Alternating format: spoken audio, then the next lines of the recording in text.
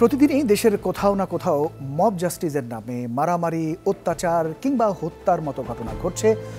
গত 18 সেপ্টেম্বর রাতে ঢাকা বিশ্ববিদ্যালয়ের মানসিক ভারসাম্যহীন তোফাজ্জল এবং জাহাঙ্গীরনগর বিশ্ববিদ্যালয়ের ছাত্রলীগের সাবেক নেতা শামীমকে পিটিয়ে হত্যা করা হয়েছে। খাগড়াছড়িতে দীঘিনালায় মামুন নামে এক যুবককে চোর সন্দেহে পিটিয়ে হত্যা হয়েছে।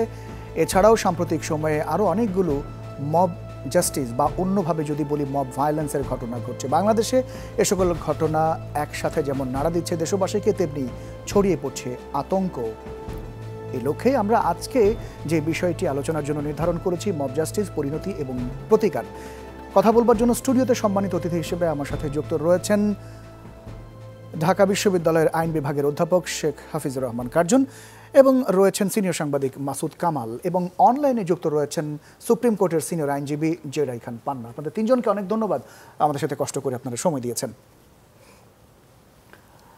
মাসুদ কামাল, আপনাকে দিয়ে শুরু করতে চাই। মব জাস্টিসের কথা আমরা বলছিলাম মব বলতে যেটা বোঝা হয় যে উত্তাল জনতা, যা ক্ষিপ্ত জনতা, এবং তাদের যে জাস্টিসটা, তারা একটা ন্যায় বিচার চান। কিন্তু এখনকার যে মব জাস্টিসগুলো বলা হচ্ছে সেটা আসলে কি বুঝবো আমরা এটাকে নিয়ে? এবং এই যে সাধারণ মানুষ সংঘবদ্ধ হয়ে নিজেরাই আইন নিজেদের হাতে তুলে নিচ্ছেন এবং যাকে খুশি তাকে পিটিয়ে মেরে ফেলছেন, এগুলো কি কোনোভাবে জাস্টিস বলা যায়? আসলে ভাই, মব শব্দের সঙ্গে জাস্টিস তো যাই না। মব কীভাবে ন্যায় বিচার করবে? এটা তো আপনার এটাকে মব জাস্টিস কেন বলছি এটাও তো আমার কাছে ক্লিয়ার না। জি, একটা মব, একটা মানে একটা একদল জনতা, তারা একটা জাস্টিস করবে কিভাবে? ওখানে তো এক একজন এক এক রকম কথা বলছি। ধরেন আমি একটা এক্সাম্পল দিয়ে বলি আপনাকে। ধরেন এফএইচএলের যে ঘটনাটা, ওখানে সে মারা গেল, ওখানে যারা ওকে আঘাত করেছে সবাই কি একই দৃষ্টিভঙ্গি নিয়ে একই বিচারে রায় দিয়েছে, একইভাবে আঘাত করেছে? কতক্ষণ? কিন্তু এটা জাস্টিসই না, আপনি মব কিলিং বলতে পারেন। সবাই মিলে একটা নিরীহ লোককে মেরেছে, এটা মব কিলিং, মব ভায়োলেন্স। এবং মব ভায়োলেন্স, এবং এই যারা মেরেছে, যা একজনের আঘাতে তো আর মরে নাই না, একজনের তো একটা চর মারছে, তার আগে তো মরে নাই, কিন্তু সে চর মেরে কিন্তু সে আরেকজনকে উৎসাহ দিয়েছে যে একে চর মারা যায়। এই যে মানসিকতাটা, এই মানসিকতাটা হলো ভয়ঙ্কর। এবং যখন তাকে গ্রেফতার করা হচ্ছিল তখন তিনি বলছিলেন যে আবেগে আসলে এই কাজটি করেছেন। এই যে আবেগে একটা মানুষকে বিবেক ছাড়া মেরে ফেলা, ওই যে ওই ছোটবেলার গল্পটা আমরা পড়েছি, ওই যে ব্যাংকে লক্ষ্য করে সবাই ঢিল ছুটছে। জি, তো ব্যাংক বলছে তোমরা আমাকে ঢিল ছুটছে কেন? ওকে আমরা তো খেলছি। তো ওর খেলায় এর মৃত্যু, এটা গল্পের বইয়ে চলে, ছোটবেলার গল্প পড়েছি আমরা। আর এখানে তো এটা তো গল্প না রে ভাই, এটা জলজ্যান্ত একটা মানুষকে আপনি মেরে ফেললেন। সমস্যাটা কোথায় আমি বলি, জিনিসটা এই জিনিসটাই আমাদের সোসাইটিতে এখন শেখানো হয়েছে। ধরেন আমি একটা এক্সাম্পল দিয়ে বলি, জাহাঙ্গীরনগর বিশ্ববিদ্যালয়ে শামীম নামে একটা ছেলেকে মারা হলো। এই আলোচনার মধ্যে এই শামীম ছেলেটা ছাত্রলীগ করে, এই প্রসঙ্গটা আসে কিভাবে? এই আলোচনার মধ্যে ও ছাত্রলীগ করে এই প্রসঙ্গটা আসে কিভাবে? আসে ওই কারণে যে আনা হয় মানে ছাত্রলীগ, ও আচ্ছা তাহলে আপনাকে মারা যায়, আপনাকে মারা যায়, তখন কিন্তু অপরাধটা একটু কমে যায়, একটু হালকা হয়ে যাচ্ছে। এটা কি করে হয় সোসাইটিতে? তার মানে আমাদের এই সোসাইটি, টোটাল সোসাইটিটা এখন অসভ্য রয়ে গেছে। আমরা একটা অসভ্য সমাজে বাস করছি। এবং আপনি বলেন একটা কথা আমাকে, আজকে আমি একটা কিছু মনে করেন, আমি আজকে একটু আগে একজনের একটা স্ট্যাটাস দেখলাম। জি, একটা ছেলে, আমি তাকে চিনিও না, আমার ফেসবুকে একটা স্ট্যাটাস দেখলাম। সে বলতেছে আজকে যদি আসিফ নজরুল সাহেব ওই মানে উপদেষ্টা পরিষদে না থাকতেন, তাহলে এই এফএইচএলের এই ঘটনাকে কেন্দ্র করে উনি বিশাল একটা ফেসবুকে স্ট্যাটাস দিতেন, এবং বলা যায় না উনি প্রথম আলোতে একটা নিবন্ধ লিখতেন। উনি, আমরা এরকম দেখেছি ওনার অনেক। এর চেয়ে ছোটখাটো বিষয় উনি করেছেন, এখন উনি লিখবেন। আমি বুধবারে ঘটনা ঘটেছে, আমি প্রত্যাশা করব আগামীকালকের মতো ওনার একটা স্ট্যাটাস দেখব। উনি আপনার উপদেষ্টা পরিষদের সদস্য হওয়ার মাধ্যমে উনি কিন্তু এই দেশের থেকে অন্য জায়গায় চলে যান নাই। ওনার কিন্তু নাগরিক হিসেবে দায়িত্ব নষ্ট হয়ে যায় নাই, বরং আরো বেড়েছে। তিনি একটা জায়গায় বলেছেন যে আইন উপদেষ্টা ডক্টর আসিফ নজরুল বলেছেন যে মব জাস্টিস বা আইন নিজের হাতে তুলে নেওয়া কোনোভাবেই গ্রহণযোগ্য হবে না, বিচার বহির্ভূত হত্যাকাণ্ড কোনোভাবেই মেনে নেওয়া হবে না। উনি কি এটা নিজের থেকে বলেছেন, ওনাকে জিজ্ঞাসা করার কারণে বলেছেন? উনি সংবাদ সম্মেলনে বলেছেন সাংবাদিকদের কাছে, ওনাকে জিজ্ঞাসা করা হয়েছিল, উনি বলেছেন এগুলো, কিন্তু আমি ওটা দেখছি না কেন, যেটা নাকি আরো বেশি প্রভাবশালী ছিল। কেন লিখবেন না উনি এটা? ওনার দায়িত্বটা কি? নাগরিককে সচেতন করা। এমন তো না যে অন্য একটা স্টেজে চলে গেছেন। কেউ জান না রে ভাই, পৃথিবীতে যে কোনো কিছু স্থায়ী নয়, এটা শেখ হাসিনাকে দেখে শেখা উচিত, সবারই শেখা উচিত। পৃথিবীতে কোনো কিছু স্থায়ী না, এই শিক্ষাটাকে ওনার হয়েছে কিনা আমরা দেখতে চাই। আমি ওনার কাছ থেকে একটা ফেসবুকে স্ট্যাটাস চাই। উনি উপদেষ্টা হয়েছেন বলে উনি ফেসবুক ইউজ করেন না? ওনাকে পার্সোনাল লাইফ সব শেষ হয়ে গেছে? হয় নাই। আমি দেখতে চাই, আমি সেই আসিফ নজরুলকে, প্রতিবাদী আসিফ নজরুলকে এখন আবার দেখতে চাই। পাবো দেখতে? উনি যদি আমার এই কথা শুনে যদি ওই আচরণটা আবার করেন, আমি খুশি হব। উনি ওনার উচিত এখন আগে যা করতেন তাই করা উচিত। কেন করবেন না উনি? এই ঘটনাগুলি কেন হবে না? আমার কথাটা হলো কি, এগুলি হতে দেওয়া হয়েছে, এগুলোকে হতে দেওয়া হয়েছে, রাষ্ট্রীয়ভাবে হতে দেওয়া হয়েছে। জি জি, জনাব মাসুদ কামাল, নিশ্চয়ই আপনার কাছে আবার আসবো। অধ্যাপক হাফিজুর রহমান, আপনার কাছে একই বিষয়টি নিয়ে আসতে চাই। খুব বেদনাদায়ক একটি ঘটনা ঘটেছে আপনার শিক্ষা প্রতিষ্ঠানে, আপনি নিশ্চয়ই অবগত রয়েছেন। তো যেই শিক্ষার্থীদেরকে গ্রেফতার করা হয়েছে তারা কিন্তু তাদের দায়গুলো স্বীকার করেছেন। তারা বলেছেন যে তারা আবেগতাড়িত হয়ে এই ধরনের কাজগুলো করেছেন। তো বিশ্ববিদ্যালয় প্রশাসন বা প্রক্টোরিয়াল লয়ে আসলে কি বলা আছে আপনাদের এই বিষয়গুলোতে? না, বিশ্ববিদ্যালয় প্রক্টোরিয়াল লতে তো আর মব জাস্টিস নিয়ে কোনো কিছু থাকবে না। মব জাস্টিস নিয়ে ইভেন আপনি পেনাল কোড কিংবা অন্য কোনো আপনার আইনের বইতেও কিছু পাবেন না।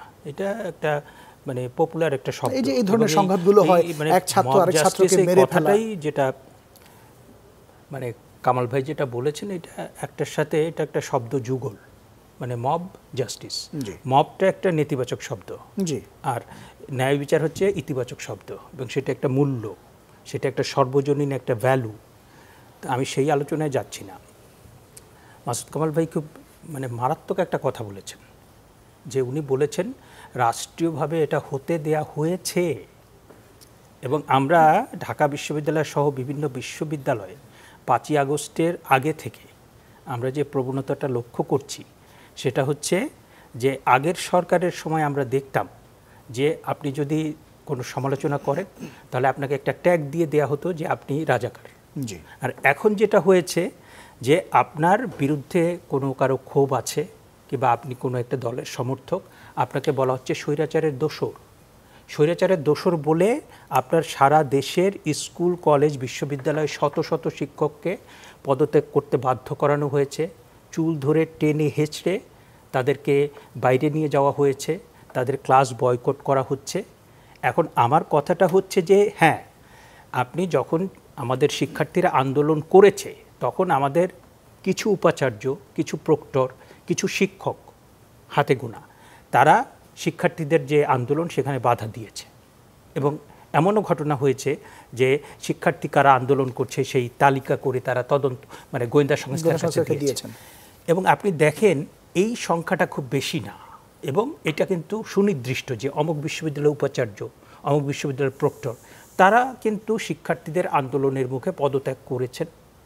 এবং তারপরে যেটা হয়েছে মানে ঢালাওভাবে শিক্ষকদের যেভাবে হেনস্থা করা হয়েছে, বাপ মা তুলে গাল দেওয়া হয়েছে, হ্যাঁ। তো এইটা হচ্ছে যে আপনি শিক্ষার্থী হোক, জনগণ হোক, সরকারি কোনো সংস্থা হোক, আপনি যখন একটা ক্ষমতা পাবেন, আপনার একটা কর্তৃত্ব থাকবে, তার সাথে যদি দায়িত্ব না থাকে, তার সাথে যদি জবাবদিহিতা না থাকে, তাহলে সেইটা কিন্তু ওই যে মব ভায়োলেন্স, এটাকে আমরা বলি যে উত্তেজিত। তো এখন এই যে শুরুটা হয়েছে না, এইখান থেকে কিন্তু আপনার গত 40 দিনে 35 জন লোককে কিন্তু আমরা শুধু দুটো ঘটনা নিয়ে আলোচনা করছি, তো আপনি 36 জন কিংবা 35 জন আমি অন্য জায়গায় দেখেছি। তো এখন একটা ঘটনার একটা পিক থাকে না, যে আপনার এখন এই যে সারা দেশ আমরা গণমাধ্যম, সামাজিক মাধ্যমে এটা আলোচনা করছি, সেটার উপলক্ষ হচ্ছে তোফাজ্জলকে যেভাবে হত্যা করা হয়েছে।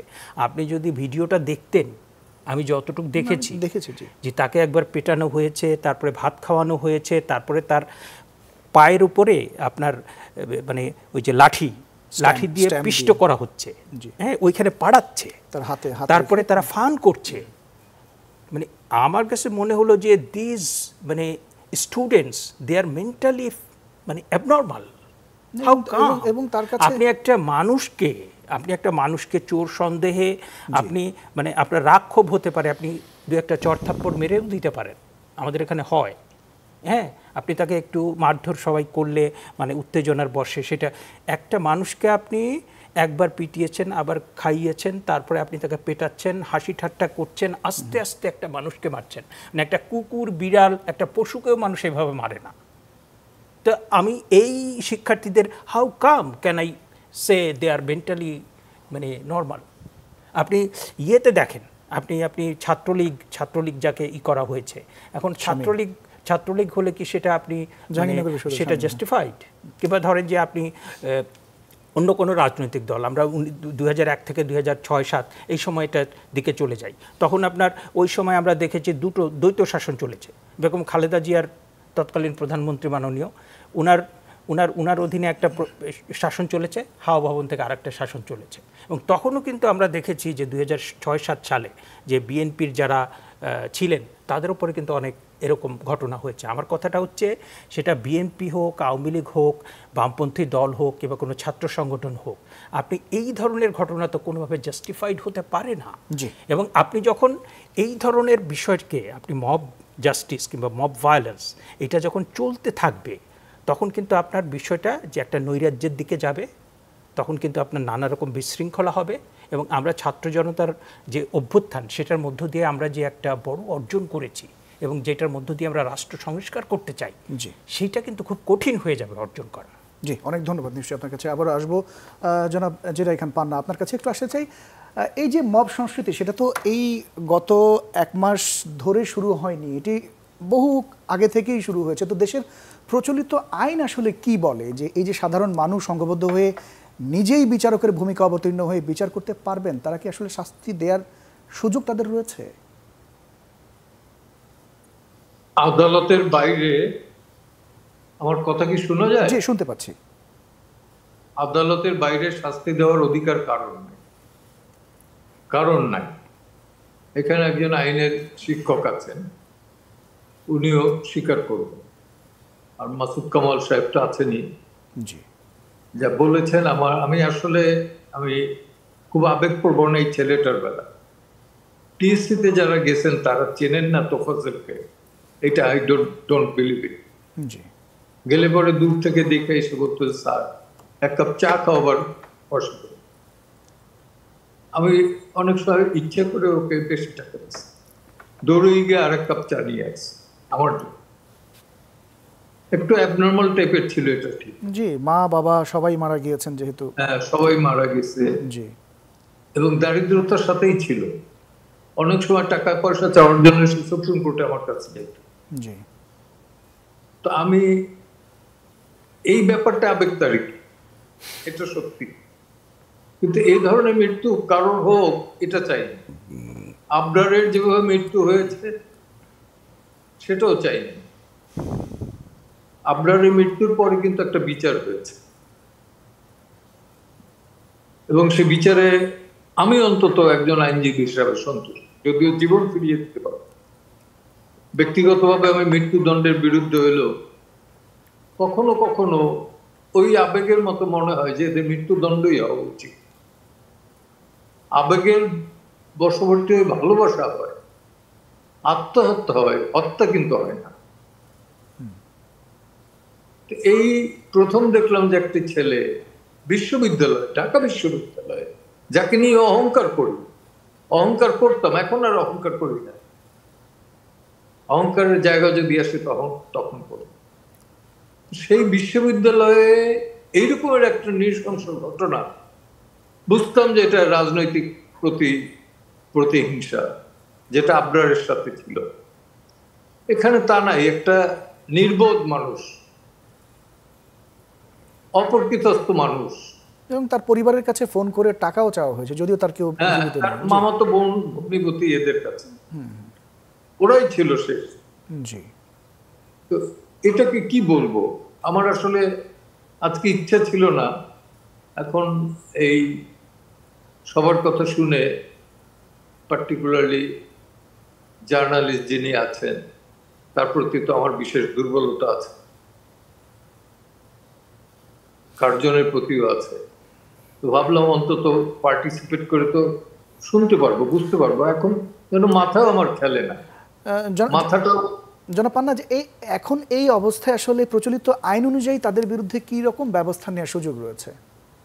একদম ট্রাইব্যুনাল যেভাবে আবরারেরটা কি হয়েছে, ফাঁসির রায়। আবরারের বেলা যাদের বিরুদ্ধে প্রসিকিউশন হয়েছে, যারা প্রসিকিউটেড হয়েছেন, তারা কিন্তু সবাই ছাত্রলীগের। জি। তো সেটা আওয়ামী লীগের বেলা আওয়ামী লীগের যত গালি দেয়, সেটা যদি সম্ভবপর হয়, আজকে কেন সম্ভবপর হবে না? আবরারের বেলা তো এটা আরো ঘৃণ্যতম অপরাধ। এই আর কি, আমি বিচারটা দ্রুত দেখতে চাই। বেঁচে থাকতে থাকতে আমার ফেসবুকে অনেকে লিখছে, স্যার আপনি এই বিচার প্রসিকিউশন আমি কোনদিন থাকি নাই, দু একটা বাদে, কিন্তু এইটার বেলা আমার মনে হয় যে থাকা দরকার।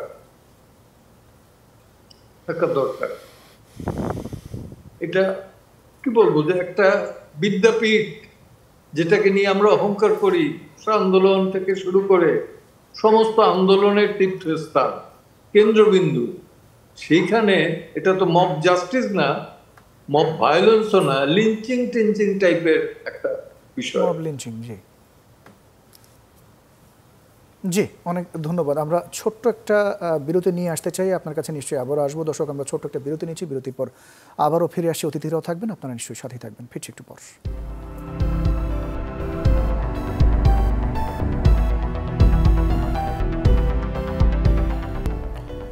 বিরতির পর আরও একবার স্বাগত মুক্তকণ্ঠ অনুষ্ঠানে। আপনাদের সাথে রয়েছি আমি মোহাম্মদ ইমতিয়াজ, এবং আমাদের সাথে অতিথি হিসেবে যুক্ত রয়েছেন সুপ্রিম কোর্টের সিনিয়র আইনজীবী জেডাই খান পান্না, সিনিয়র সাংবাদিক মাসুদ কামাল, রয়েছেন ঢাকা বিশ্ববিদ্যালয়ের আইন বিভাগের অধ্যাপক শেখ হাফিজুর রহমান, এবং এইমাত্র আমাদের সাথে যুক্ত হয়েছেন জাহাঙ্গীরনগর বিশ্ববিদ্যালয়ের নৃবিজ্ঞান বিভাগের শিক্ষার্থী ফাইজার মোহাম্মদ শাওলিন।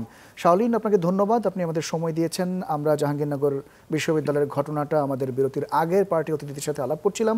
আমরা মোটামুটি দেশবাসী সকলেই এই দুর্ভাগ্যজনক ঘটনাটি সম্পর্কে আমরা জানি। একটু আপনার কাছে জানতে চাইব, সেই সময় তো পুলিশ এবং প্রক্টোরিয়াল টিম উপস্থিত ছিলেন, তারা কাজ করেছেন, তাদের ভূমিকাটা একটু জানতে চাইব, এবং সমন্বয়করাও সেই সময়ে অনেকেই ছিলেন, তাদের ভূমিকাটা কি ছিল, আপনি কেমন দেখেছেন? ধন্যবাদ নাফিস ভাই। আমার নাম ইমতিয়াজ। ফাইজার জি বলবেন। ইমতিয়াজ ভাই ধন্যবাদ। এই ঘটনাটি মূলত শুরু হয় বিকেলবেলা 5টার পর থেকে, এবং বিশ্ববিদ্যালয়ের প্রান্তিক গেটে তাকে বিশ্ববিদ্যালয়ের কিছু শিক্ষার্থী ধরে তাদের দাবি অনুযায়ী, এবং সন্ধ্যার আগে আগে 6টার দিকে যখন প্রথম দফা তাকে মারা হয়, এর পরবর্তীতে প্রক্রিয়ার টিম সেখানে উপস্থিত হয়। প্রক্রিয়ার টিম উপস্থিত হওয়ার পরে তাকে প্রক্রিয়ার অফিসে নিয়ে যায়, এবং একটি অভিযোগ আছে এরকম যে প্রক্রিয়ার যে অফিস, সেখান থেকে তাকে নিরাপত্তা অফিসে প্রেরণ করা হয়। এবং অভিযোগটা হয় এরকম যে প্রক্রিয়ার অফিস থেকে নিরাপত্তা অফিসে নেয়ার কারণেই তাকে দ্বিতীয় এবং তৃতীয় দফায় মারার সুযোগ পায়। কারণ যখন তিনি প্রক্টর অফিসে ছিলেন, এবং প্রক্টর তিনি একজন শিক্ষক, এবং অন্যান্য শিক্ষকদের উপস্থিতিতে তাকে মারাটা আসলে ততটা সহজ হতো না যতটা সহজ হয়েছে নিরাপত্তা অফিসে নেয়ার পরে। এবং আমরা ওখানে যারা উপস্থিত ছিলেন প্রত্যক্ষদর্শীদের সূত্রে জানতে পারছি যে প্রক্রিয়াল অফিস থেকে যখন নিরাপত্তা অফিসে নেওয়া হয়, তাকে আসলে যখন মারা হচ্ছে প্রক্রিয়াল টিমের উপস্থিতিতেই আসলে তাকে মারা হয়েছে। এবং প্রক্রিয়াল টিমের ভূমিকা কি ছিল এটি নিয়ে আসলে আমাদের প্রশ্ন রয়েছে, এবং এই প্রশ্ন আমরা প্রশাসনের কাছে রেখেছি। এবং আরেকটি বিষয় যে তাকে সমন্বয়ক এবং ছাত্র দলের এখানে যে সম্পৃক্ততা, আমরা বিভিন্ন ভিডিওতে দেখতে পেরেছি যে প্রান্তিক গেটে বিকেলবেলা যখন তাকে মারা হয়, সেখানে একজন সমন্বয়ক তিনি সরাসরি তাকে লাঠি দিয়ে আঘাত করছেন, এবং চারপাশে কয়েকজন ছাত্র দলের নেতা উপস্থিত আছেন। এবং নিরাপত্তা অফিসের ভিতরে যখন তাকে মারা হয়, তখন আমরা দেখেছি যে ছাত্র দলের বর্তমান এবং সাবেক নেতারাও সেখানে উপস্থিত ছিলেন। তো এখানে আসলে সমন্বয়ক এবং ছাত্র দলের নেতাকর্মীরা যখন তাকে মারতেছেন, তখন আসলে প্রক্রিয়ার টিম ঠিক কি করতেছিল, এই প্রশ্নটির সঠিক কোনো জবাব তারা আসলে আমাদের দিতে পারেনি। তো সেক্ষেত্রে দেশের এই যে সর্বোচ্চ বিদ্যাপীঠে প্রশাসনের নাগালেই যে চোখের সামনে যে এমন মর্মান্তিক ঘটনাটি ঘটলো, এই ঘটনাটি যেন ভবিষ্যতে আর না ঘটে সেরকম কোনো কার্যক্রম আসলে দেখতে পাচ্ছেন, কোনো পদক্ষেপ দেখতে পাচ্ছেন বিশ্ববিদ্যালয়ে? প্রশাসনকে আমরা যখন তাৎক্ষণিক রাত 1:30টায় মিছিলের পরে আলটিমেটাম দেই যে পরদিন অর্থাৎ গতকালকে বিকেল 4টার মধ্যে অভিযুক্তদের পরিচয় শনাক্ত করে প্রকাশ করতে হবে, এবং প্রশাসন 8 জনের পরিচয় প্রকাশ করেছে। কিন্তু ইতিমধ্যে জুবায়ের নামে একজন, তিনি দাবি করেছেন তিনি আসলে ঘটনাস্থলে উপস্থিত ছিলেন না। তো সেক্ষেত্রে আসলে একটি অস্বচ্ছতা বা অস্পষ্টতা তৈরি হয়েছে এখানে, আসলে জুবায়ের ছিলেন কিনা বা কি প্রমাণের ভিত্তিতে তাকে এই বহিষ্কারের বা মামলায় অন্তর্ভুক্ত করা হোক, আমরা প্রশাসনের কাছে সেই জবাবটিও চাইব। এবং প্রশাসন ইতিমধ্যে আরেকটি বিষয় হচ্ছে, পুলিশ গ্রেপ্তার করেছে সাভার কোনো একটা কলেজের ছাত্রলীগের নেতাকে। আমরা আসলে এই বিষয়টিও পরিষ্কার নই যে জাহাঙ্গীরনগর বিশ্ববিদ্যালয়ের ভিতরে যেখানে ভিডিও আছে কারা তাকে মারধর করেছে, সেখানে আসলে ক্যাম্পাসের বাইরের একজন কিভাবে জড়িত হয়। তো আমরা চাই না এখানে আর কোনো জজমিয়া নাটক তৈরি হোক, আমরা চাই এই ঘটনাটির একটি সুষ্ঠু তদন্ত হোক এবং সম্পূর্ণ স্বচ্ছ প্রক্রিয়ায় এই বিচার প্রক্রিয়াটি সম্পন্ন হোক, যেন কোনো দোষী ছাড় না পায় এবং কোনো নির্দোষ এখানে বিচারের মুখোমুখি না হয়। শাওলিন, সম্ভবত আপনি ক্যাম্পাসে রয়েছেন, আপনি নিজে কতখানি নিরাপত্তা বোধ করছেন, কোনো ইনসিকিউর ফিল করছেন কিনা? আসলে সত্যি কথা বলতে আমাদের ক্যাম্পাসে যখন 15 জুলাই, 16 এবং 17 জুলাই ছাত্রলীগের আক্রমণ হয়, তখন থেকে 5 আগস্ট পর্যন্ত একটি অনিরাপত্তার ভিতরে আমরা ঢুকেছি, এবং 5 আগস্টের পরবর্তীতে আমরা যে নিরাপত্তা বোধের ভিতরে ছিলাম, ক্যাম্পাসের সকল শিক্ষার্থী আসলে সেখান থেকে 18 তারিখের এই শামীম মোল্লা হত্যাকাণ্ডের পর থেকে আমরা আসলে অনিরাপত্তা বোধ করতেছি। এবং বর্তমান প্রশাসন এখনো পুরোপুরি কার্যকর হতে পারেনি।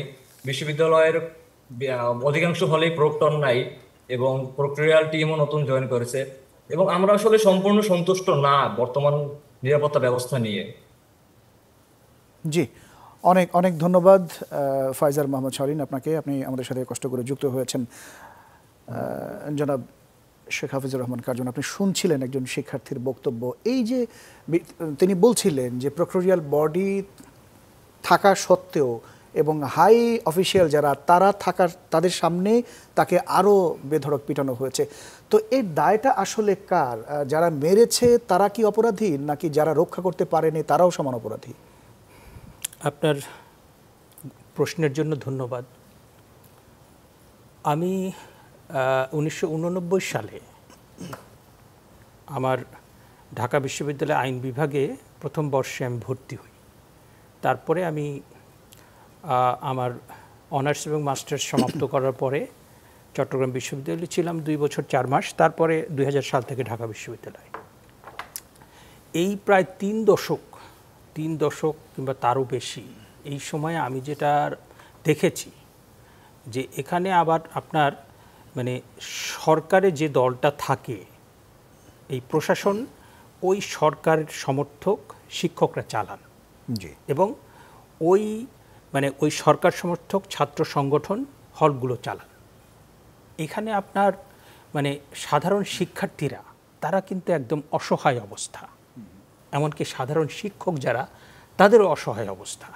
এবং সেইটার জন্য কিন্তু আজকে এই যে ছাত্র এবং শিক্ষক রাজনীতি বন্ধের দাবিটা উঠেছে, এবং ঢাকা বিশ্ববিদ্যালয়ে সেটা করা হয়েছে, আরও কোথায় কোথায় করা হয়েছে। আবার এইটা যেভাবে ছাত্র রাজনীতি বন্ধ করা হয়েছে, শিক্ষক রাজনীতি, সেটার পক্ষেও আমি না। মানে বিষয়টা হচ্ছে যে আপনি তো মাথা ব্যথার জন্য মাথা কেটে ফেলতে পারেন না, কারণ আপনি যদি এই শিক্ষক রাজনীতি, ছাত্র রাজনীতি নানাভাবে সেটা নেতিবাচক হয়েছে, সেটা সাধারণ শিক্ষার্থী, সাধারণ শিক্ষক তাদেরকে নিরাপত্তা দিতে পারেননি, সেই জন্য আপনি সেটা বন্ধ করে দেবেন, এটা তো বিশ্ববিদ্যালয় পর্যায়ে এই ধরনের সিদ্ধান্ত হওয়াটা উচিত না। তো আমি যে কথা বলছিলাম, আমি ছাত্র বয়সে দেখেছি যে আমার যে ঢাকা বিশ্ববিদ্যালয়ের প্রক্টর, আমার যে প্রভোস্ট, ওই সরকারি ছাত্র সংগঠন তাদেরকে যা বলে তারা তাই করেন, এবং সরকারি ছাত্র সংগঠনকে খুশি করার জন্য তারা বসে থাকেন। এবং আমি ওই বিএনপি জামাতের সময় দেখেছি, আওয়ামী লীগ সরকারের সময় দেখেছি, এবং আমি ভীষণ রকম নিজেকে প্রশ্ন করেছি, এখন তো আসলে আমি নিজেকে প্রশ্ন করেছি যে এই জায়গাটা যদি আপনারা সর্বোচ্চ বিদ্যাপীঠের কথা বলছেন, এই সর্বোচ্চ বিদ্যাপীঠে এইটা যদি ছাত্র রাজনীতি আর শিক্ষক রাজনীতি হয়, তাহলে পরে আমরা কিসের শিক্ষার কথা বলি, কিসের সভ্যতার কথা বলি? কারণ এর আগে কিন্তু অনেকগুলো হত্যাকাণ্ড হয়েছে, গণরুমের যে নির্যাতন সেগুলো কিন্তু আমরা জানি। আপনি যেমনটি বলছিলেন যে আওয়ামী লীগের সময় আওয়ামী লীগকে খুশি করবার জন্য এমনটি হয়ে থাকতে পারে, বিএনপির সময় বিএনপি খুশি করার জন্য হয়ে থাকতে পারে না, হয় এটা। আমি তো শিক্ষার্থী ছিলাম, পরে আমি শিক্ষক। এখন কাকে খুশি করার জন্য? এখন তো কেউ নেই। এখন খুশি করার জন্য এখন বিষয়টা হয়েছে যে এখন আপনার এই পরিস্থিতিটা বুঝতে হবে। তারা রাজনীতি বন্ধের কথা বলছেন, আগে ছিলেন নীল দলের, জি হ্যাঁ, এখন যারা নতুন আপনার প্রক্টর হয়েছেন কিংবা হলে গিয়েছেন তারা সাদা দলের। এই জিনিসটা তো আপনাকে বুঝতে হবে। এবং এখন যারা এই ছাত্র শিক্ষার্থীরা যারা চালাচ্ছেন তারা বলছেন যে ছাত্র দল আসতে পারবে না, ছাত্র লীগ আসতে পারবে না, ছাত্র শিবির আসতে পারবে না, কিন্তু তারা নিজেরাই রাজনৈতিক দল করতে চাচ্ছেন। জি, তারা রাজনৈতিক দল করতে চাচ্ছেন, তারা সচিবদের ডিকটেট করছেন, তারা পররাষ্ট্রনীতি ঠিক করছেন, তারা পুলিশদের ডিকটেট করছেন, তারা শিক্ষকদের ডিকটেট করছেন। এবং তাদেরকে ইতিমধ্যে কিন্তু প্রধান উপদেষ্টা বলেছেন যে আপনার please go back to your learning, আপনার পড়ার টেবিলে আপনি ফিরে যান, আপনি নিজেকে যোগ্য করে গড়ে তোলেন।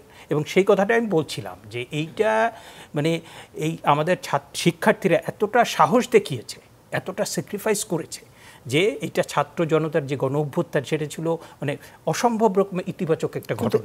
এবং সেটার মধ্য দিয়ে এইটার পরে ডেভেলপ করেছে, সেই অথরিটির সাথে কোনো দায়িত্ব নাই, জবাবদিহিতা নাই, এবং সেই জন্য তারা যা খুশি তাই করছে। এই জায়গাটা হচ্ছে ভয়ঙ্কর। আপনার কাছে নিশ্চয়ই আবারও আসবো। জনাব জেরাই খান পান্না, আপনি সম্ভবত কিছু বলতে চেয়েছিলেন।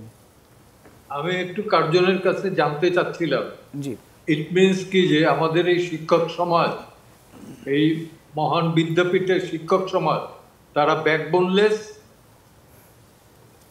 স্পাইনলেস ক্রিয়েচার, অতএব তারা শিক্ষা দেবে কি? নৈতিকতাই তো যদি তারা হারায় তাহলে তো শিক্ষা দেওয়ার কোনো অধিকার নাই। আমি সিম্পল এইটুকু বুঝি। আমার এত বছর হয়ে গেছে, আমি কিন্তু বুকে হাত দিয়ে না, আপনি প্রকাশ্যে খোঁজ নিয়ে দেখতে পারেন, কোর্ট প্রাঙ্গণে কিন্তু আমি কোনো ঘুষ দিয়ে মামলা করি নাই, এক পাইও দেই নাই। 9টা থেকে 5টা বছর পর বছর বসে রেখেছে।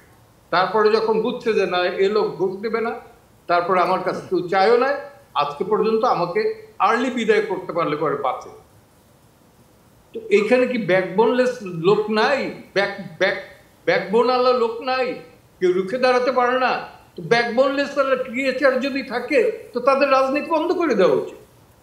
তাদের ওই ছাত্রদের মিছিলে গিয়া জয়েন করা উচিত। কোনো শিক্ষকের নীল প্যানেল সাদা প্যানেল দরকার নাই। তারা ছাত্রলীগ করুক, ছাত্রদল করুক, শিবির করুক, কিসে শিক্ষা দিবে? পুঁথিগত শিক্ষার তো দরকার নাই। এখানে মন মানসিকতার তো একটা বিষয় আছে, বিবেকের বিষয় আছে, তাড়নার বিষয় আছে, হত্যার বিষয় নাই তো। আমি সরি, আমি যদি আঘাত করে থাকি আমি করজোরে মাপ চাচ্ছি। আমি একটু পরে সময় দিয়ে না। বিষয়টা হচ্ছে যে এই বিষয়টা যদি অধ্যাপক অ্যাডভোকেট জেরাই খান পান্না, উনি একজন মুক্তিযোদ্ধা এবং আমার মান্যবর এবং আমার খুবই সম্মানিত, আমার খুব প্রিয়। বিষয়টা হয়েছে পান্না ভাই যে আমি শুধু শিক্ষাঙ্গনের কথা বলবো না, আপনি আদালত প্রাঙ্গণের কথা বলেন, আপনি ডাক্তারদের কথা বলেন, আপনি প্রকৌশলীদের কথা বলেন, ঢাকা সারা বাংলাদেশটা 2টা ভাগে বিভক্ত। এটা হচ্ছে বাস্তবতা।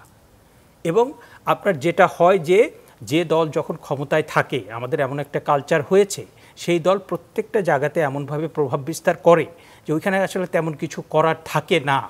আপনার এত কিছুর পরেও ঢাকা বিশ্ববিদ্যালয় এবং অন্যান্য বিশ্ববিদ্যালয় অনেক উঁচু মানের পণ্ডিত শিক্ষক আছে। এত কিছুর পরেও আপনার বিচারাঙ্গনে অনেক ভালো অ্যাডভোকেট, আপনার বিচারাঙ্গনেও কিন্তু আমরা অসম্ভব খারাপ সব ঘটনা দেখি। যে আমরা দেখেছি যে একজন বিচারপতি তিনি চিফ জাস্টিসের বিরুদ্ধে প্রকাশ্যে কথা বলছেন। আমরা আপনার দেখেছি যে আইনজীবীরা কিভাবে একটা গ্রুপ আর একটা গ্রুপের সাথে কিভাবে আপনার মারামারি করছে। আমরা কিন্তু ডাক্তারদের মধ্যেও সেটা দেখেছি, প্রকৌশলীদের মধ্যেও সেটা দেখেছি। এখন বিষয়টা হচ্ছে যে এটা আমাদের একটা গড়পড়তা বাস্তবতা। এটা শুধুমাত্র শিক্ষা প্রতিষ্ঠান না, এটা আমাদের আদালত, এটা আমাদের ডাক্তার, এটা আমাদের প্রকৌশলী, এবং এটা পুলিশের মধ্যেও ছড়িয়েছে, এটা এখন সচিবালয়েও ছড়িয়েছে। আর্মিতে কতটুকু কী হয়েছে আমি জানি না। হ্যাঁ, এখন এই বাস্তবতায় আমাদের কাজ করতে হয়েছে এবং সেই জায়গা থেকে কিন্তু আমরা এই সংস্কারটা চাচ্ছি। যে রাষ্ট্রের সংস্কার, প্রতিষ্ঠানের সংস্কার এবং প্রত্যেকটা জায়গায় আমরা প্রতিষ্ঠান চাই। জি জি, আমার মনে হয় ওই বাস্তবতাটাকেও উপেক্ষা করা ঠিক হবে না। জি, অনেক ধন্যবাদ জনাব অ্যাডভোকেট পান্না। আপনার কাছে একটু আসতে চাইব, আমরা যেমনটি জিজ্ঞেস করেছিলাম শেখ হাফিজুর রহমান, প্রফেসর হাফিজুর রহমানকে, প্রক্টোরিয়াল বডির সামনে শিক্ষার্থীকে মারা হয়েছে এবং তারা আসলে হলে গিয়ে হলি পিটানো হচ্ছে, শিক্ষকরা দেখছেন কিন্তু কিছু করতে পারছেন না বা করছেন না। তো ন্যায় বিচারটা আসলে কিভাবে নিশ্চিত হবে? আমি তার আগে একটু কার্যকরী উত্তর, জি জি প্লিজ উত্তর দিচ্ছি। জি, ছোট আইন প্রাঙ্গণেও হ্যাঁ ডিভিশন আছে, কিন্তু এখানেও কিছু লোক, আমি আমার কথা অন্তত বলতে পারি যে আমি নিরপেক্ষতা বজায় রাখছি। যখন ব্যালট বাক্স ছিনতাই হয়, বিএনপির কেউ কিন্তু এটা প্রোটেস্ট করতে সাহস পায়নি। আমি আমার ফেসবুকে প্রোটেস্ট করেছি যখন পুলিশ ক্যাম্পাসে, আরে ক্যাম্পাস তো না, আমার কম্পাউন্ডে ঢোকে, সেটারও আমি প্রোটেস্ট করেছি। এবং আজকের যিনি সভাপতি বার অ্যাসোসিয়েশনের, তিনি কিন্তু আমার অ্যাবসেন্স আমার রুমে এসে বলেছে যে পান্না ভাইকে আসলে সালাম জানাই। আমি কিন্তু একা না, আমার পোস্টে তখন 2000-3000 উপরে লাইক করেছিল, তারা আমাকে সাপোর্ট দিয়েছিল। আজকে আমি একা, আমার তো কোনো দল নেই, কোনো মতের নেই, আমি নীল দলেরও না, সাদা দলেরও না, লাল দলের ছিলাম একসময়, এখন লাল বলে কিছু নাই, সবই সাদা নীলে ভাগ হয়ে গেছে।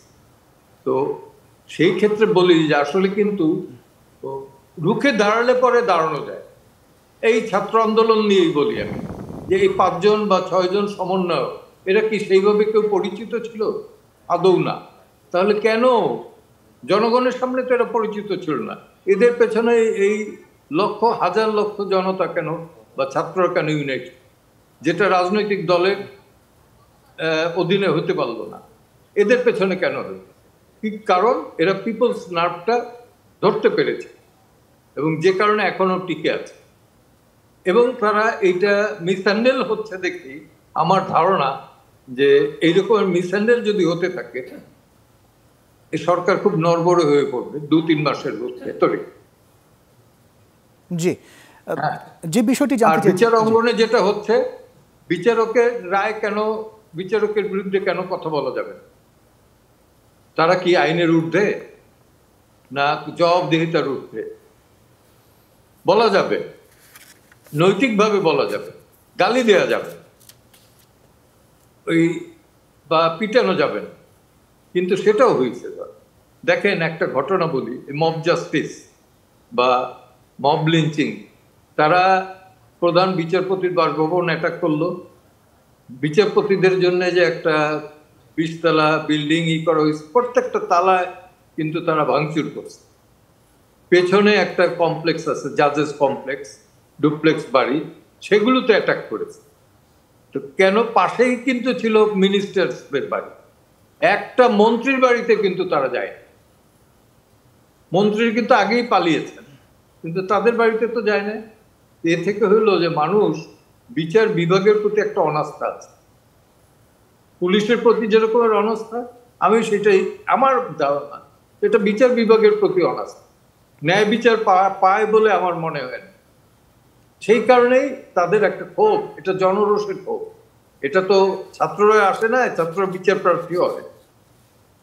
এটা হলো আমারই, এটা একটা না একটা সময় প্রকৃতি কিন্তু বিচার নেয়, প্রকৃতি গতভাবেই নেয়, এটাই আমি বুঝি।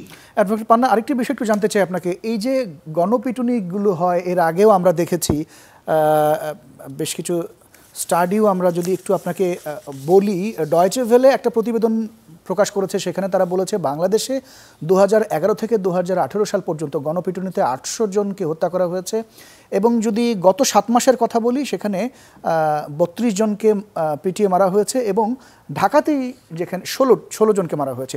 তো এই যে গণপিটুনির ঘটনায় মামলা তো হয়, কিন্তু এর পরিপ্রেক্ষিতে বিচার হওয়ার নজিরটা খুব কম, এটি কেন?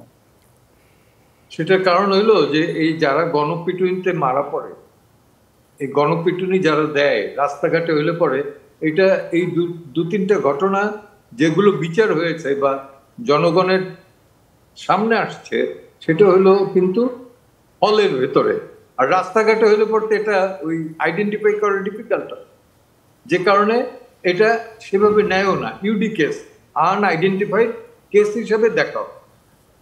এবং গণপিটুনির জন্য অভিযুক্ত কোনো ব্যক্তিকে এই রাস্তাঘাটে যেটা সেটা গ্রেপ্তার করা হয় না। তবে বাইরে, ঢাকার বাইরে যেগুলো হয়েছে সেখানে লোক দেখানো হলেও কিছু গ্রেপ্তার করা হয়েছে। একটু উদাহরণ আমি দিই, এই লিঞ্চিং টাইপের না হইলেও কক্সবাজারের যে নারীটাকে কান ধরে উদ্বোস করানো হলো প্রকাশ্যে, সব পুরুষগুলো যেন এনজয় করলো। একটা অদ্ভুত বিবেক দেখেন, সব পুরুষেরা মনে হয় যেন এটা এনজয় করলো।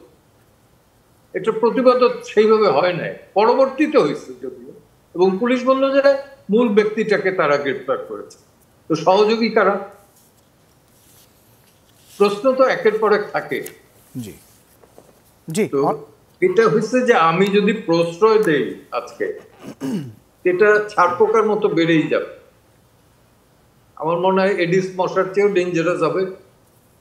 এবং আমার কাছে যেটা মনে হয় যে এগুলো যদি কন্ট্রোল না করতে পারেন, ল অ্যান্ড অর্ডার সিচুয়েশন তো যা আমার কাছে মনে হয় যে আপনার যেহেতু মিডিয়ার লোক আপনারা জানেন, সিচুয়েশন বলতে এটা ওয়ার্স্ট। বাংলাদেশ স্বাধীন হওয়ার পর ৭১ পর থেকে বোধহয় এখন একটা ওয়ার্স্ট সিচুয়েশন। জি অ্যাডভোকেট পান্ডা, আপনার কাছে আবারও আসবো এবং সিচুয়েশনকে কিভাবে দ্রুত থামানো যায় বা কিভাবে আরও উদ্যোগ নেওয়ার প্রয়োজন সেগুলো নিয়ে আপনার কাছে নিশ্চয়ই একটু পরে আবার আসবো। আমরা মাসুদ কামাল আপনার কাছে একটু আসতে চাই। আগে আমরা যেটা দেখতাম যে দুঃখিত, একজনকে মারলে ৫ জন এসে থামাতেন, এখন যেটি দেখি যে ৫ জন মিলে মারছেন, আরও ৫ জন যুক্ত হচ্ছেন। তো এই যে বিষয়টা শুধু এই ঘটনা না, এর বাইরে যদি বলি আমরা, বিভিন্ন মাজারে, দরবারে, খানকায় হামলা হচ্ছে এবং রাঙামাটিতে, খাগড়াছড়িতে ঘটনা ঘটছে, ১৪৪ ধারা জারি করা হয়েছে এবং আজকেও মসজিদে, বায়তুল মোকাররম মসজিদেও এক ধরনের ব্যাপক মারামারি হয়েছে। তো এইসব ঘটনার পেছনে আসলে জনগণের ক্ষোভটাই কি আসলে মুখ্য নাকি অন্য কিছু কাজ করছে? দেখেন, আগে একজন মারলে ৫ জন এসে থামাতো, এটা আপনি কত আগের কথা বলছেন আমি জানি না, কিন্তু আমি খুব একটা দেখিনি। এটা হয় না কেন আমি বলি আপনাকে। জি, মব যখন গণপিটুনিটা হয় তখন একটা তো ওর বিরুদ্ধে কিন্তু একটা অভিযোগ, কল্পিত অভিযোগ অথবা না জেনে একটা অভিযোগ কিন্তু দেওয়া হয়। আপনার মনে আছে পুরান ঢাকার এক ভদ্র মহিলাকে শিশু চোর হিসেবে মেরেই ফেললো, কিন্তু আচ্ছা ওখানে কি কারো মনে এটা নিয়ে কোনো দুঃখবোধ জাগেনি? জেগেছে, কিন্তু সে ওখানে যাবে কিভাবে? সে যখন বলবে একে মেরো না, তখন বলে তুই তার সহযোগী। এইগুলো হয় কেন আমি বলি, এগুলো ওই কারণে হয় না, এগুলো হয় হলো আপনার বিচারহীনতার কালচারের কারণে। আমি যদি জানতাম যে এটা থামাতে গেলে যদি আমি আহত হই তাহলে আমি একটা সুবিচার পাবো, তাহলে আমি কিন্তু যেতাম। আমি যখন জানি আমি থামাতে গেলে আমি নিহতও হতে পারি কিন্তু আমার পরিবার কোনো বিচার পাবে না, তখন এগুলো থামানো যাবে না। মূল কথা হলো কি, আইনের শাসন জিনিসটা কিরে ভাই? আইনের শাসন হলো যখন একটা অপরাধ ঘটতে থাকবে, প্রথমত সেটা আইন শৃঙ্খলা রক্ষাকারী বাহিনী থামাবে এবং দ্বিতীয়ত অপরাধীকে সুবিচারের আওতায় আনবে। আমাদের এখানে হয় কি, থামাতে গেল, যে দেখলো সরকারি দলের পান্ডা, অতএব সে চলে আসবে, ধরবে না। অথবা তাকে নিয়ে গেলো থানায়, থানার থেকে নিয়ে গেলো কোর্টে, কোর্ট দেখলো সরকারি দলের একদম খুবই বিখ্যাত একজন লোকের ভাতিজা, ভাইগনা, অথবা তার সঙ্গে সঙ্গে ঘুরে, বিচার হবে না। এই যে কালচারটা, এটা কিন্তু মানুষের মধ্যে ছড়িয়ে পড়েছে। বাংলাদেশে এই জন্য একটা প্রবাদ প্রচলিত আছে যে তুমি যত বড় অন্যায় করো না কেন, তুমি যদি সরকারি দলের লোক হও, যদি পাবলিক তোমাকে পিটায় না মারে তাহলে তোমার আর কোনো ভয় নাই, অন্যায় করে তুমি চলে আসো, সরকারি দল, তোমার কিছু হবে না। হয় না, এটা কিন্তু নতুন কিছু না। এবং যে কথা নাকি এতক্ষণ যে আলোচনাগুলো হলো, আপনি দেখেন কার্জন কিন্তু এটা কত গুরুত্বপূর্ণ কথা বলেছেন যে সরকারি দলে হলে কিছু একটা হয় না, এবং যখন একটা সরকার চেঞ্জ হচ্ছে আরেকটা যারা তারা, আমি একটা এক্সাম্পল দিয়ে বলি ভাই, আমার নিজের প্রফেশনে আমি এক্সাম্পল দিয়ে বলি। আমাদের এখানে এতদিন ওটাকে সাংবাদিকদের মধ্যে দুইটা গ্রুপ ছিল, একটা আওয়ামী গ্রুপ, একটা বিএনপি গ্রুপ। যেই দিন সরকার পতন হয়েছে বিএনপি গ্রুপ উত্তেজিত হয়ে গেছে, তারা সব মহিলার মতো দাঁড়িয়ে গেছে, প্রেস ক্লাব জবরদখল হয়ে গেছে দিনের পর মুহূর্তের মধ্যে। আমি সভাপতি, আমি সেক্রেটারি হয়ে গেল, দুজন স্বঘোষিত হয়ে গেল, এবং তারা একটা আইনের মতো বানিয়ে নিছে, নিয়ে করে নিছে, হয়ে গেছে। কেউ কিছু বলতে পারবে না, বললে তোমাকে দল থেকে ক্লাব থেকে বহিষ্কার করে দিবে, বলা যায় না আমার দিতে পারে করে, কোনো প্রবলেম নাই, কিন্তু এটা হতে পারে, সম্ভব। প্রত্যেকের জায়গায় চেঞ্জ হচ্ছে। সাংবাদিকদের একটা দুস্থ সাংবাদিকের জন্য একটা ফান্ড আছে, এই ফান্ডে আগে একজন ছিলেন চেয়ারম্যান, কালকে দেখলাম ওটা চেঞ্জ, এখন হচ্ছে বিএনপি পন্থী বিএফইউর একসময় সভাপতি ছিল, তারা বানাই দিয়েছে প্রেসিডেন্ট। তো একদিনের মধ্যে কি ঘটলো ভাই? রাজনীতিকীকরণ। একদিনের মধ্যে কি ঘটলো? এখন কি বিএনপি ক্ষমতায় আসছে? আসে নাই কিন্তু। কিন্তু যেহেতু আওয়ামী দল আউট, অত বিএনপি দলকে আনতে হবে। তা কেন? আগে যে ছিল সেও আমার পরিচিত, এখন যে হয়েছে সেও আমার পরিচিত। এবং যিনি প্রেস ক্লাবের সভাপতি হয়েছেন হয়ে উনি আবার আরেকটা পত্রিকার সম্পাদক হয়ে গেছেন। ওনার সম্পাদক হওয়ার যোগ্যতা নেই তাকে উদ্যম বলছি না, উনি খুবই যোগ্য মানুষ। কিন্তু উনি কি তার যোগ্যতার গুণে যোগ্যতার বিচারে পত্রিকার সম্পাদক হয়েছেন? তা হন নাই। যেহেতু উনি প্রেস ক্লাবের সভাপতি হইতে পারছেন, ওরা মনে করছে এই লোক তো পাওয়ারফুল, প্রেস ক্লাবের সভাপতি হয়ে গেছে, অতএব তাকে নিয়ে আসো। অনমেরিটে হচ্ছে। এখন ঘটনা কি দাঁড়াচ্ছে? সরকারি দলের সঙ্গে থাকার কিছু সুবিধা আছে, আবার যখন পট পরিবর্তন হয় তখন কিছু অসুবিধা আছে। এই সুবিধা অসুবিধা ওরা ধরেই নেয় যে আমি এখন সুবিধা ভোগ করবো, তারপরে কেউ দিন দাড়ি গোফ কাইটা সীমান্ত দিয়ে পার হইতে নিব, মাইটটা খেয়ে আবার ধরা খাবো, এটা তারা ধরেই নেয় কিন্তু। এবং তারা মনে করে যে মাইটটা খাবো একদিন, সুখ তো করবো কমপক্ষে 5 থেকে 15 বছর। তো সুখটাই তারা পাইছে নিচ্ছে। তো কী করবেন ভাই? সবচেয়ে বড় কথা হলো এদের আসলে মানে আত্মসম্মান বোধটাই কাজ করে না। সব জায়গায় একই অবস্থা। আমি আরেকটা উদাহরণ দিয়ে শেষ করি। পান্না ভাই এখানে আছেন, 1 মিনিট শেষ করেছি। পান্না ভাই এখানে আছেন, উনি তো আইনজীবী মানুষ, ওনাদের বারের সভাপতি আছেন। আচ্ছা, এই যে ইংল্যান্ডে যে বাড়ি বানাইছে আমাদের জাভেদ সাহেব, ওনার বইয়ের যে প্রতিষ্ঠান, ওনার বইয়ের যে মামলা, এই মামলার উকিলকে বারের প্রেসিডেন্ট। আপনি যে কোনো জায়গায় যাবেন, সরকারি দলের যে উকিল, সরকারি দলের সঙ্গে যারা আছে তারা উকিল দিয়ে দেন, আপনার মামলা পাস করার একটা চান্স আছে। আপনি এটা জজ কোর্টে যাবেন, সেখানেও একই জিনিস হয়। কই, উনি তো আওয়ামী লীগের একজন জাতীয় উকিলকে নিলেন না, উনি তো আওয়ামী লীগের লিডার। উনি কাকে নিলেন? বিএনপি লাইনের একজন লোককে নিলেন। কারণ এখন আশা আছে যে বিএনপি লাইনের উকিলকে খোকন ভাইকে নিয়ে গেলে মামলা সহজে ফয়সালা হয়ে যাবে। কি বলবেন রে ভাই? Nothing new. অনেক ধন্যবাদ। আমরা প্রফেসর হাফিজুর রহমান, আপনার কাছে একটু সবশেষ জানতে চাইব, ছাত্র রাজনীতি বন্ধের যে ইস্যুটা হচ্ছে, কথা হচ্ছে, এবং আপনাদের সিন্ডিকেট মিটিংয়েও 17 জনের মধ্যে 15 জন উপস্থিত ছিলেন এবং 15 জনই নিষিদ্ধের পক্ষে রায় দিয়েছেন, যদিও এখনও অনেকেই বলছেন যে এটা ঠিক হবে না। এই বিষয়টা নিয়ে একটু ছোট্ট করে যদি আপনি বলেন। আমার যেটা মনে হয় যে মানে আমি ব্যক্তিগতভাবে সেই সক্রেটিস, প্লেটো, তারপরে অ্যারিস্টটল, সেখান থেকে যদি শুরু করেন, এই কথাটা তো যে মানুষ হচ্ছে একটা রাজনৈতিক প্রাণী, এবং ঢাকা বিশ্ববিদ্যালয়ের শিক্ষার্থী শিক্ষকদের মানে আন্ডারস্ট্যান্ডিং যদি এত স্থূল হয়, এত ভাষা হয়, যারা আজকে বলছেন যে রাজনীতি, ছাত্র রাজনীতি, শিক্ষক রাজনীতি করা যাবে না, তারাও তো রাজনীতি করছেন। It is also politics and political process.